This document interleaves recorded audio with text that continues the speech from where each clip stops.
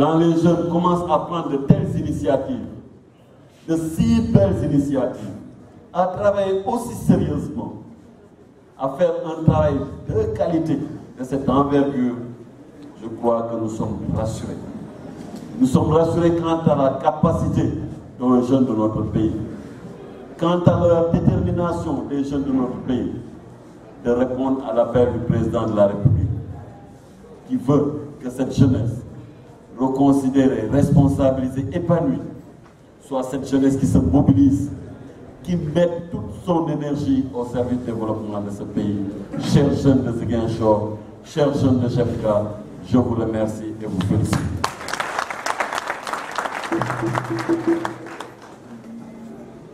Je vais tenter d'être court, parce que d'habitude quand on dit que ventre qui crie famine n'a point d'oreille, wax bi beaucoup de maanaam d'autres leen ma déglu sax parce que biir ñooy yuuxu. Mais je vais aborder plus particulièrement une question, c'est celle de l'emploi. Pour toutes les autres questions, c'est vrai, elles ont été abordées dans le cadre du forum et je vous en félicite parce que vous avez compris que la problématique de la jeunesse est une question transversale et qu'elle touche toutes les questions, qu'elle touche le sport, qu'elle touche la santé, qu'elle touche la culture, qu'elle touche l'emploi, qu'elle touche le cadre de vie, parce qu'effectivement, les jeunes sont dans toutes ces sphères, dans tous ces secteurs. Nous pourrions apporter des réponses ici sur ce que le gouvernement envisage de faire dans chaque secteur, mais ça va être long et je crois qu'en d'autres circonstances, en d'autres occasions, nous trouverons le moyen d'échanger beaucoup plus en profondeur. Vous pouvez aussi aller sur le site du gouvernement pour voir ce que les différents ministères font dans leur secteur pour apporter une réponse à la question des jeunes. Ce que je peux vous dire, c'est que j'ai interpellé tous mes collègues. Je leur ai dit, dans le cadre de la présentation de mon plan d'action au niveau du Conseil des ministres, je leur ai dit que, puisque notre ministère est transversal, nous irons vers chaque secteur pour, en collaboration avec ces ministères-là, réfléchir et prendre en charge la problématique des jeunes.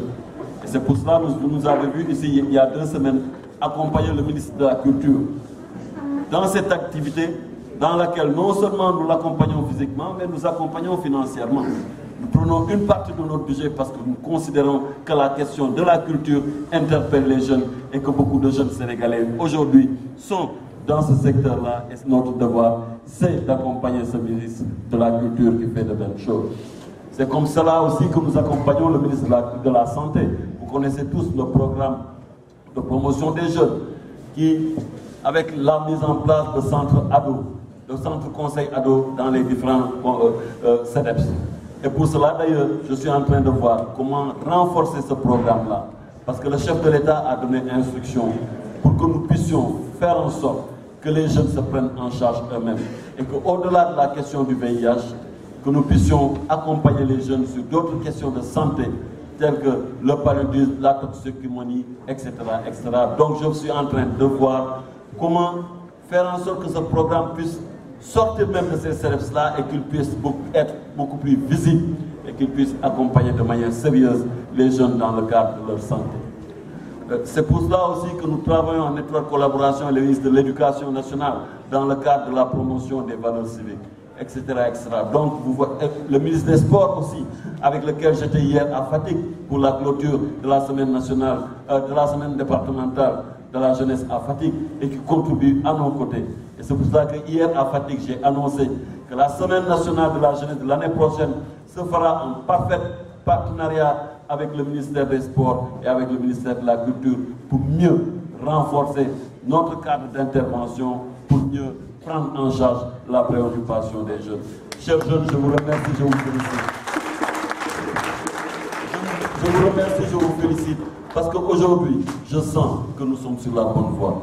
Et encore une fois, je veux vraiment vous dire que quand les jeunes de GMK sont entrés dans mon bureau pour me parler de ce forum, j'ai regardé ces jeunes qui se prenaient trop au sérieux. J'ai souri et je me suis dit, mais ils sont prétentieux quand même. Ils ne vont pas y arriver. Mais je m'excuse et je dis ici, franchement, chapeau bas, Jopka. Vous avez fait du bon. Et je renforcerai cette proposition qui a été faite par le directeur du FNPJ de prendre ces jeunes comme des consultants juniors pour leur permettre d'accompagner les jeunes dans la formulation de projets, dans la formulation. Parce que c'est important dans la démarche. Dans la démarche, il faut que les jeunes parlent aux jeunes. Dans la démarche, il faut que les jeunes accompagnent les jeunes. Dans la démarche, il faut que les jeunes aident les jeunes. Je crois que ce serait plus pertinent.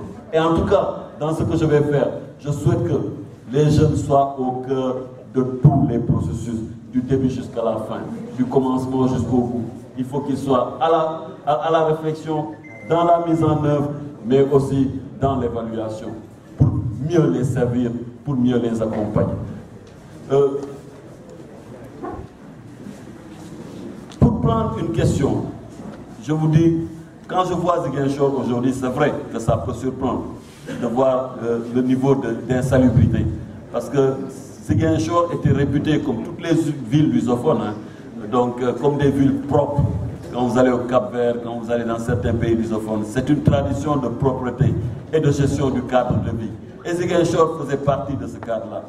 Mais de plus en plus, nous avons constaté la détérioration donc, de ce cadre de vie et vraiment l'envahissement des ordures qui a surpris les uns et les autres. Je crois que à partir de ces problèmes-là, il faut que nous puissions, moi la réflexion que cela me fait, au-delà du renforcement des capacités de la municipalité, il faut que nous puissions transformer nos problèmes en opportunités. Je m'explique. Chaque fois, moi, le processus de création d'entreprise pour moi ou d'activité lucrative pour moi est très simple. Il faut avoir une bonne observation de son environnement. Identifier les opportunités et les transformer, identifier les ressources et les transformer en opportunités.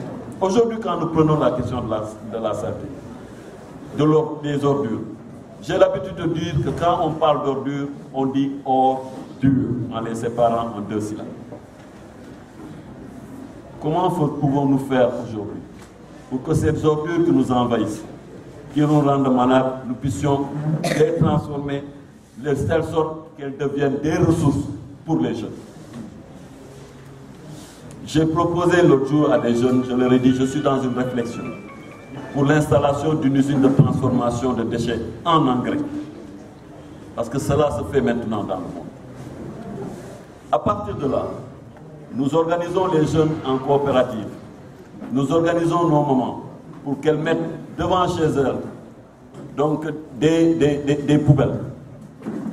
Quand elles comprendront qu'elles peuvent vendre leurs poubelles à 100 francs, quand nos jeunes comprendront qu'après avoir fait un bon ramassage, ils peuvent revendre ces ordures-là à une usine qui les transforme, je crois que nous aurons réglé beaucoup de problèmes.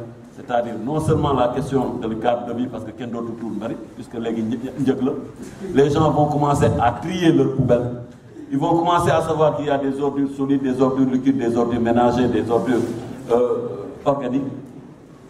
Ils vont savoir qu'en les mettant là, c'est leurs enfants qui en profitent parce qu'ils se sont organisés en mutuelle, en tout cas en structure de ramassage, qui elle-même va leur permettre de gagner des ressources. Et finalement, on va les vendre ça à l'usine, qui va les transformer et remettre ça dans l'agriculture. Je pense que voici un programme extrêmement structurant qui règle beaucoup de questions et personne n'y pense. Personne. Et ça devrait être le travail des collectivités. Parce qu'aujourd'hui, ces partenariats existent partout dans le monde. Mais malheureusement, nos collectivités ne sont pas très attentives à ce qui se fait parce qu'effectivement, elles sont prises en charge, elles sont prises à la gorge par la demande sociale. Je crois que je vais proposer ce programme aux différentes collectivités à travers le ministère de la collectivité pour que nous puissions voir comment accompagner dans nos villes ces jeunes dans le ramassage d'ordures, mais dans la prise en charge de ce cadre de vie. Parce qu'aujourd'hui, il y a des pays dans lesquels on ne trouve plus d'ordures parce que les usines ramassent tout et ils traversent les frontières pour acheter des ordures parce qu'aujourd'hui c'est de l'argent. Et je crois que nous pourrons nous organiser parce que ce projet-là impacte non seulement sur l'environnement, mais il est pourvoyeur d'emplois, il est pourvoyeur de ressources, il crée les conditions aussi de développement de l'agriculture. donc mbalit bu ñuy fooye am na njëriñ.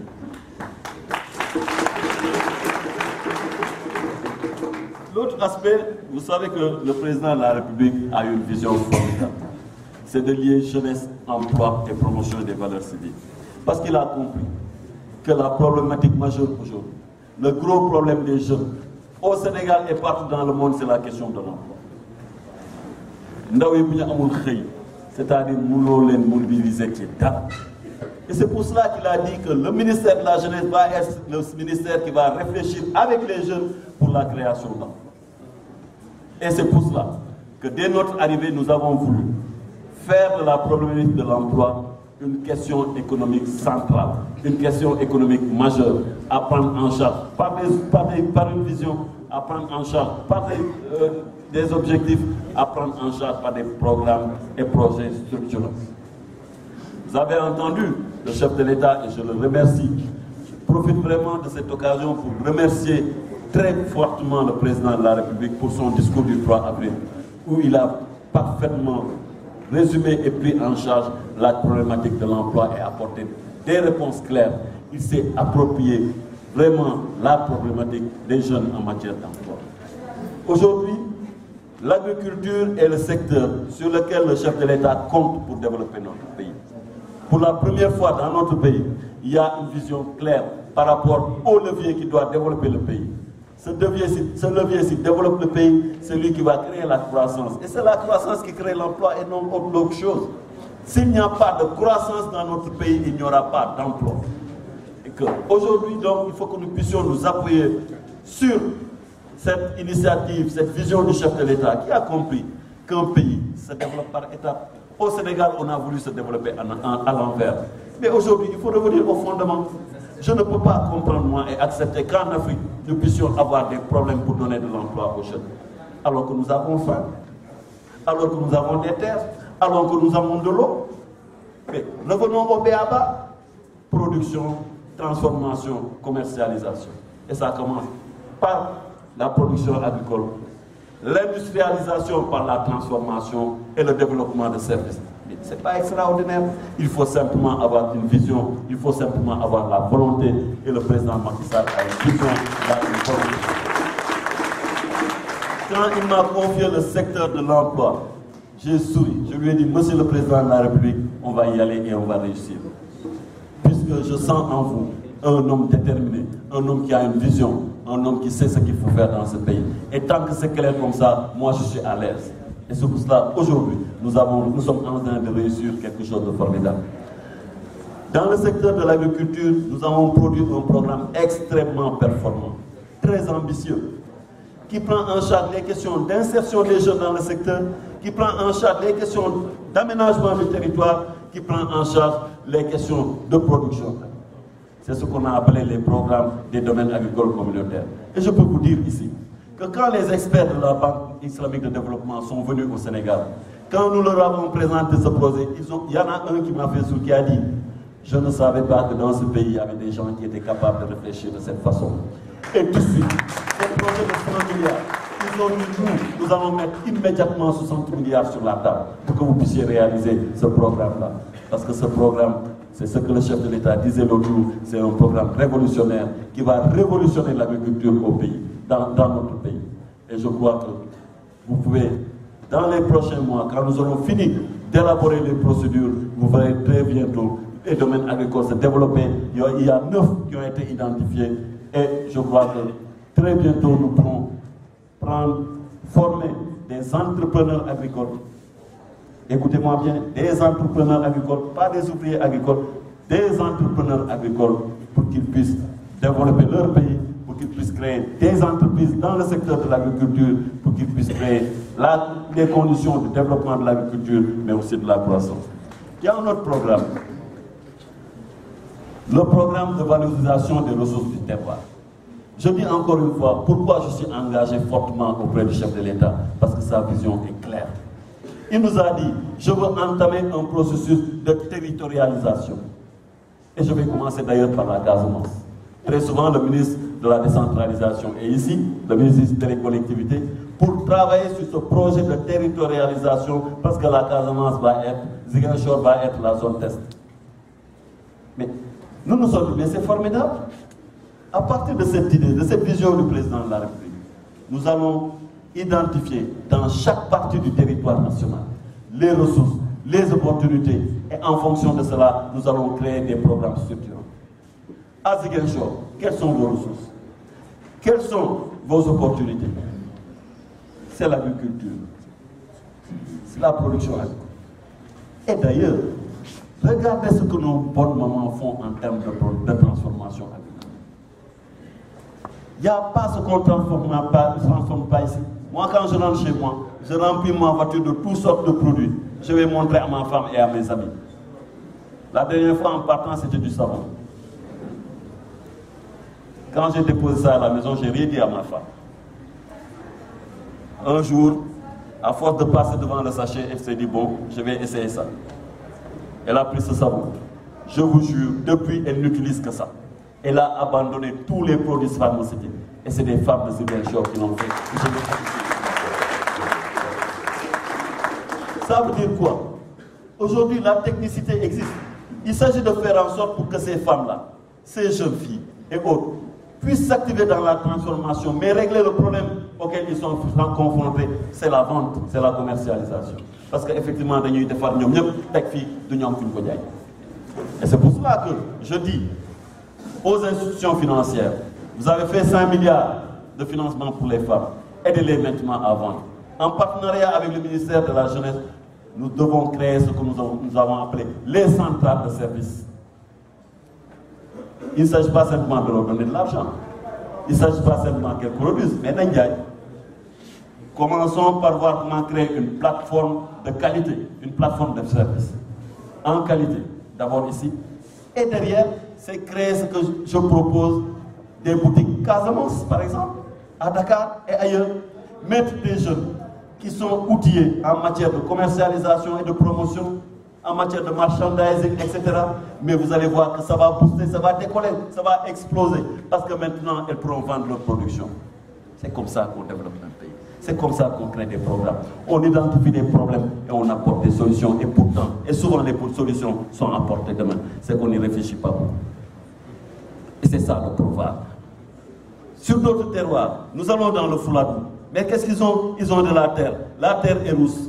Mais aujourd'hui, nous pouvons créer des usines de transformation, de fabrication de briques en géobéton et demander à l'État que dans les constructions dans le monde rural, au lieu que nous puissions mettre du fer et du béton, nous allons faire des constructions en géobéton. Mais ça va exploser. C'est ça le programme de valorisation des ressources du terroir. Nous prenons les mécaniciens, nous prenons les menuisiers, nous prenons les cordonniers. Nous importons tout dans notre pays. Pourquoi? Parce que là-bas, ils ont simplement l'outillage et la formation. Je dis, je vais organiser les artisans en centrale de service, leur donner l'outillage nécessaire, leur donner la formation nécessaire, et c'est ici qu'ils pourront produire ce matériel. Et au lieu d'aller chercher les commandes ailleurs, c'est l'État qui va leur donner des commandes, parce que chaque année, l'État dépasse 175 milliards en commandes publiques. Si simplement nous arrivons à prendre 30% de cette commande publique, nous allons faire exploser le secteur de l'artisanat qui va s'industrialiser derrière. C'est ça la vision du chef de l'État. C'est pour ça que je dis que vous jeunes, ce qui me satisfait, c'est que vous êtes allés à la recherche du savoir. Vous avez voulu cet échange. Parce que dans ce pays, malheureusement, on parle trop. Il y a trop d'experts. Chacun se lève, parle, alors que dara. C'est ça la vérité.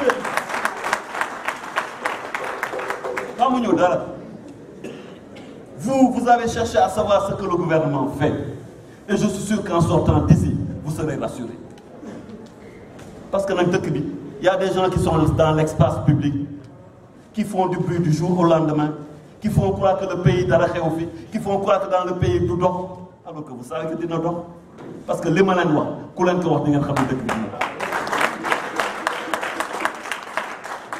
mais il y a des gens qui ont intérêt à ce qu'il n'y ait que du bruit dans le pays.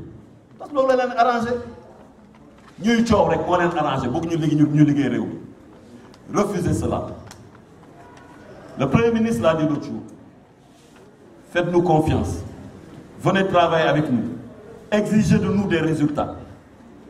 Exigez de nous de bons comportements. Mais ne laissons pas les gens nous tromper.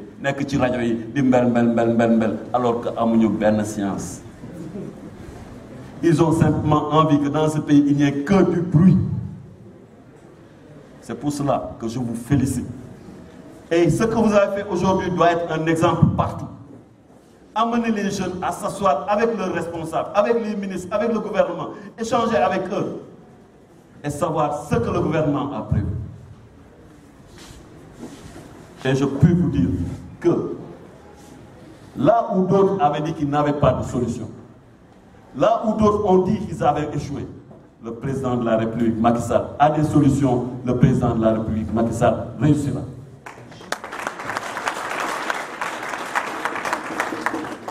Et je voudrais vraiment remercier et féliciter aussi les élèves, les étudiants, les handicapés, les artisans. Toutes les couches sont là. Vous avez fait du bon boulot. Nos cibles, c'est les jeunes garçons, les jeunes filles, les handicapés. Il y a 2 semaines, j'ai reçu LH dans mon bureau. Après son départ, j'ai demandé à rencontrer Aïssatou Cissé, qui est la conseillère spéciale du président de la République en matière pour les handicapés. Et nous sommes en train de travailler sur des programmes spécifiques pour les handicapés. Parce que c'est possible. Les bailleurs nous font confiance. Parce que le chef de l'État a choisi la bonne gouvernance. Parce que là, moi, il y a un problème d'Afrique. Là, moi, on sonne l'Afrique. Quel est le fléau de l'Afrique? Mais c'est le détournement de fonds. Lolo sonne l'Afrique. Les Africains doivent gérer ces nicalis correctement quand ils ont un problème. Mais il faut que les gars aient Mais quand vous avez un président qui dit que moi je viens protéger les ressources du pays, c'est déjà un grand pas. Il faut le saluer et le soutenir. C'est ça le gros problème de l'Afrique. C'est pour cela, à un moment, j'avais théorisé le tribunal pénal international pour les détourneurs de deniers publics. Parce que c'est plus grave pour moi, à mon sens là, de détourner des milliards qui privent des millions de personnes de santé, d'éducation, d'alimentation, que de tuer un village. Village de 100 personnes, le tribunal pénal international pour suivre. Tu détournes des milliards, mais c'est criminel de détourner des milliards. C'est ça le principal fléau de l'Afrique. Le jour où les Africains respecteront les deniers publics, le jour où les Africains respecteront l'argent, les ressources du pays, nous allons décoller. Et quand un président de la République choisit la bonne gouvernance, il faut le soutenir, il faut l'accompagner, parce qu'il règle déjà une grande partie de nos problématiques. C'est que nous sommes sur la bonne voie de la préservation de nos ressources au seul service du développement de notre pays.